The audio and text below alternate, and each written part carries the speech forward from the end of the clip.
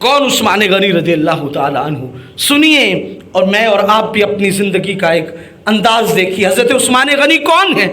حضرت عثمان غنی رضی اللہ تعالیٰ عنہ ایک قبر پہ کھڑے ہیں اور زاروں قطار رو رہے ہیں، ایسا رو رہے ہیں صحابہ پریشان ہو گئے، کیا بات ہے؟ کوئی قریبی رشتہ دار ہے یا قرب کا کوئی خاص تعلق ہے جس کی یہ قبر ہے، تم رو رہے ہو؟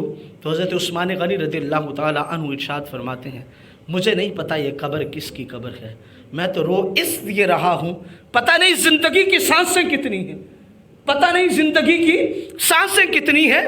میرے حضور کا فرمانے عالی شان ہے، زندگی کے بعد سب سے پہلا مرحلہ جو انسان کی آزمائش کا عالم برزخ کا قبر کا ہے، میں ڈرتا ہوں یوں ہی آنکھیں بند ہوں گی، اس کے بعد اس جگہ منو من مٹی کے نیچے عثمان بھی پڑا ہوگا، پتہ نہیں عثمان پہ کیا گزرے گی۔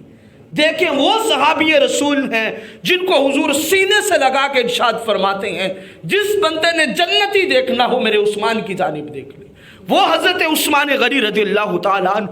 ان کا انداز دیکھیے، قبر پہ کھڑے ہو کے اس انداز میں رو رہے ہیں، رو رو کے کہہ رہے ہیں، مولا میں ڈرتا ہوں کہ جب منو من مٹی کے نیچے جاؤں گا تو پھر میرے ساتھ کیا بنے گی۔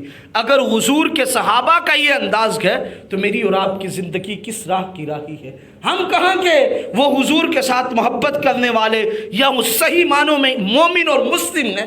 ہماری کیفیات کیسی ہونی چاہیے؟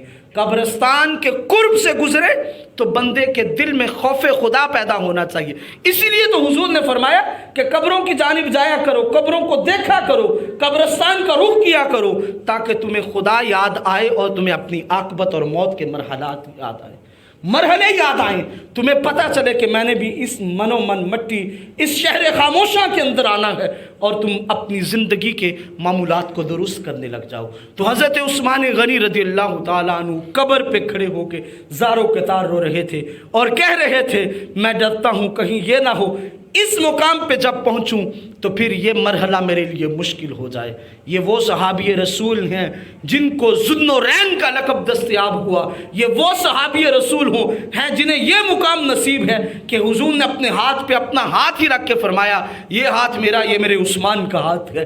حضرت عثمان غنی رضی اللہ تعالی عنہ کا یہ مقام اور منصب، حضور نے فرمایا کسی بندے نے میرا جنت میں ساتھی دیکھنا ہو، ہر ایک کا کوئی نہ کوئی رفیق ہوتا ہے، میرا رفیق عثمان غنی ہے۔ حضور نے یہ اعزاز ارشاد فرمائے، لیکن پھر بھی قبر پہ کھڑے ہو کے رو رہے ہیں۔ یہ میرے اور آپ کے لیے تعلیم ہے کہ ہم بھی سمجھیں ہماری قبر کی کیفیات۔ حضور کا فرمان سنیے، فرمایا اکثروا من ذکرھا ذم اللذات یعنی الموت، فرمایا کثرت سے موت کو یاد کیا کرو، کیونکہ زندگی کی لذتوں کو ختم کر دینے والی موت ہے۔ انسان کتنا موت کو یاد کرتا ہے یہ میں بھی سوچ لوں اور آپ بھی سوچ لیں۔